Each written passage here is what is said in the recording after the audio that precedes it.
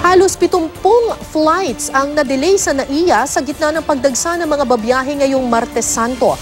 Kabilang sa mga dahilan nito, ang pagkukumpunin sa main taxiway sa paliparan at congestion sa ere. Samantala, sa mga sasakay naman po ng bus pauwi ng kani-kanilang mga probinsya, para po iwas sa pakikipagsiksikan, pwede na po kayong bumili at magpa-reserve ng inyong tickets online.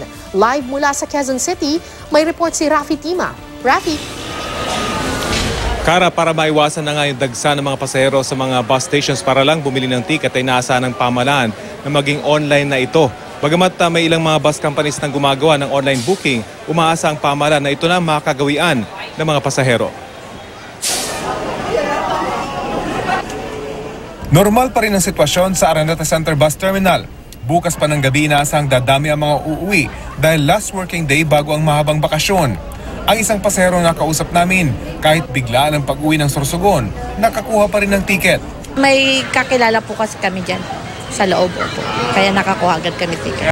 Pero kung marami ang piniling sa probinsya mag-Semana Santa, may mangilan-ngilan namang dito sa Metro Manila mamamanata. Kasi marami pong pauwi papunta doon eh. Ngayon pala nagpapareserve na kayo. Para kailan po yung biyahe niyo? Sa linggo po. Pero para less hassle na ang pagbili ng ticket sa mga bus, inilunsad ng Department of Science and Technology, Philippine Council for Industry, Energy and Emerging Technology Research and Development ang online bus booking sa pamamagitan niya ng EasyBus PH. Kailangan mo lang piliin ang ilang detalye gaya ng pinanggalingan, destinasyon, petsa at oras ng iyong pagbiyahe. Malalaman mo na rin agad kung ano ang iyong bus number at kung may available pang upuan. Kung maginhawa sa mga bus terminal, delayed naman ang ilang international at domestic flights sa NAIA.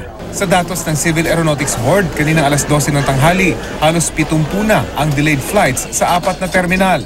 Kada araw, pumapalo sa higit 200 ang delayed departing at arriving flights. At dahil may okasyon, sabi ng Department of Transportation, asahan na raw ang posibilidad ng mga delayed flights. That's a given. Pagka mas maraming flight, mas mataas yung possibility ng delay.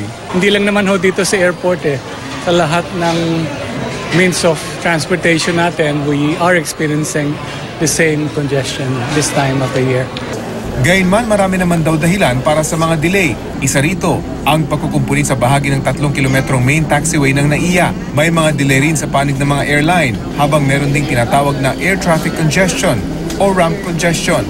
Kada oras, may 40 slots na paglipad ng mga airline. Kapag hindi nila naabot ang assigned na oras, hahanap ang airline ng next available slot na kadalasan ay nasa dulo ng pila.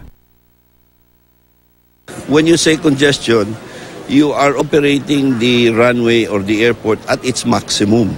Kung mas maraming padating, kailangan bigyan mo ng priority yung flight na parating. Or kung maraming paalis, pagbigyan mo maraming paalis. At kung may congestion sa ere, asahan na ang congestion sa mga terminal dahil sa dami ng mga pasahero. Magmula noong isang linggo, pumapalo na sa 140,000 na pasahero kada araw ang naitatala ng MIAA.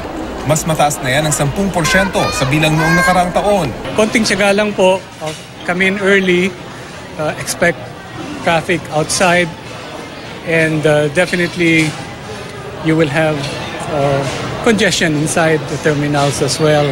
Samantala hanggang ngayong gabi, kahit marami na ang pasahero, hindi pa rin daw ito ang inaasahang bugso para sa Semana Santa. Tinutukan din ngayon ng mga otoridad ang mga biyaheng pandagat. Sa pantalan ng Puerto Galera Oriental, Mindoro, nagsasagawa ng pre-departure inspection ng mga tauhan ng Philippine Coast Guard. Yung aking mga personnel nandun sa bago mag-akyat at bago pabord ng tao, nandun nagbibilang na sila. 2 beses din kung inspeksyonin ng mga bagahe sa Batangas Port. Karaniwan sa mga nakukumpiska ay mga lighter at patalim. Inaasahan ng Philippine Ports Authority na sa Huwebes Santo ang peak ng pagdagsa ng mga pasahero. Tiniyak naman nilang nakarelax schedule ng mga barko. Ibig sabihin, kung napuno na ay aalis na rin agad kahit hindi pa talagang oras ng alis nito.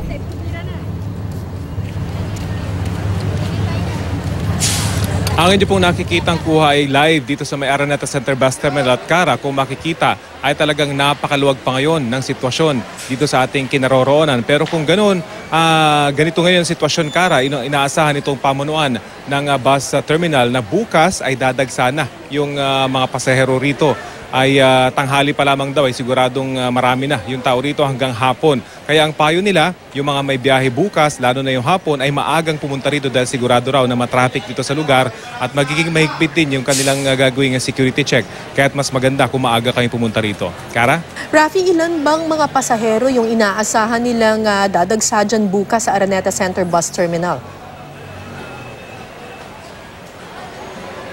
Inaasang aabot daw yan mga 7 hanggang 8,000. Ito yung mga biyaherong mag-a-avail lamang nitong mga non-aircon bus. Meron din kasing bahagi nitong bus station na merong mga aircon naman. Iba pa yon, hiwalay pa yon. Yung mga non-aircon bus lamang ay posibleng umabot hanggang 7,000 bukas, Kara. Okay, Rafi, maganda itong proyekto ng DOST na yung online booking para doon sa mga tickets.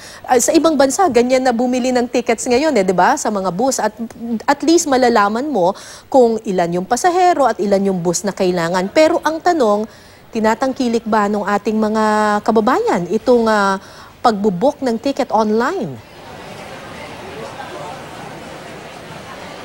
Sa ngayon, Kara, marami sa ating nakausap ay preferred pa rin talagang bumili ng ticket ng mano-mano, ika nga, dahil gusto nila makita kaagad at mahawakan na yung ticket nila para sigurado makakasakay daw sila. Yun yung kanilang concern. Pero ang sinasabi nga ng DOT, sana ay makasanayan na rin ng mga Pilipino na magtiwala dun sa mga online booking dahil paperless na ito, mas makakatulong pa sa environment. And of course, yung mga kinks na nakikita noon ay maaayos naman daw yan habang dumarami yung gumagamit. At maganda nga raw kapag dumami na yung gumamit para talagang matest yung sistema kung gaano ito karobust, ika nga. Lalo na kapag dinagsana ito ng mga bibili ng online na ticket. At maganda pa rito, Kara, habang ikay bumibili, makikita mo na kung ano yung seat assignments mo. Ay, hindi katulad ngayon na medyo hybrid yung online booking ng mga bus companies dahil pupunta ka pa rin yung iba, pupunta ka sa website, ay wala pang seat assignments yun kuminsan. Or kung sa opisina naman nila, ay sila pa rin yung mag-online booking para sa'yo. Pero in this case, ay in the comfort of your own homes, ay talagang dito ka na pwedeng magpabook at makikita mo na pati yung bus number na yung sasakyan, Kara. Totoo yan, Rafi. At saka iwas din doon sa corruption. Kasi alam naman natin, minsan may mga ganyang modus yung mga tao na may kakilala, ganyan, tapos tinataasan yung presyo, nagbebenta ng ticket na wala naman palang naka-assign na bus. At least kung online, talagang systematic. Yun na nga, may mga scalpers pang mga mananamantala dyan. At yun nga ang gustong iwasan din ng DOT. And of course, yung safety na rin ng ating mga kababayan dahil talagang recorded yung mga yan, bagamat walang paper na kukunin itong ating mga pasahero, recorded mula doon sa kanilang pag-book hanggang sa makuha nila yung kanilang reservation sa pamamagitan ng kanilang mga mobile phone. So, maganda yan. At sana nga daw itangkiling ka rin ng maraming pasahero. At again, ang sinasabi nga nila, pag mas maraming tumangkilik dito, mas matitest yung ganda ng sistema at kung may kailangan pang i-improve, ay magagawa ng mabilis yan, Kara. Ano ulit paano ulit magla-log on? Paano bibili ng tickets online? What do they type on their computers or their mobile phones? Hindi pa ako ganong familiar, Kara, dun sa sistema nila. Pero sa ating pagkakala, may website yung kanilang pupuntahan. Hindi pa natin alam kung meron silang mobile app for that. Pero ang paunang impormasyon na kuha natin ay website yung kanilang pupuntahan. At from there, ay malinaw naman yung mga instructions kung paano magbubuk ng kanilang ticket. I understand parang pilot pa lamang itong ginagawa ng DOT at kapag naging maganda yung resulta nito ay ito na yung gagawing booking system hindi lang sa Metro Manila kundi sa iba't ibang panig pa ng Pilipinas, Kara. Maraming salamat sa iyo, Rafi Tima, nag-uulat mula sa Araneta Center Bus Terminal.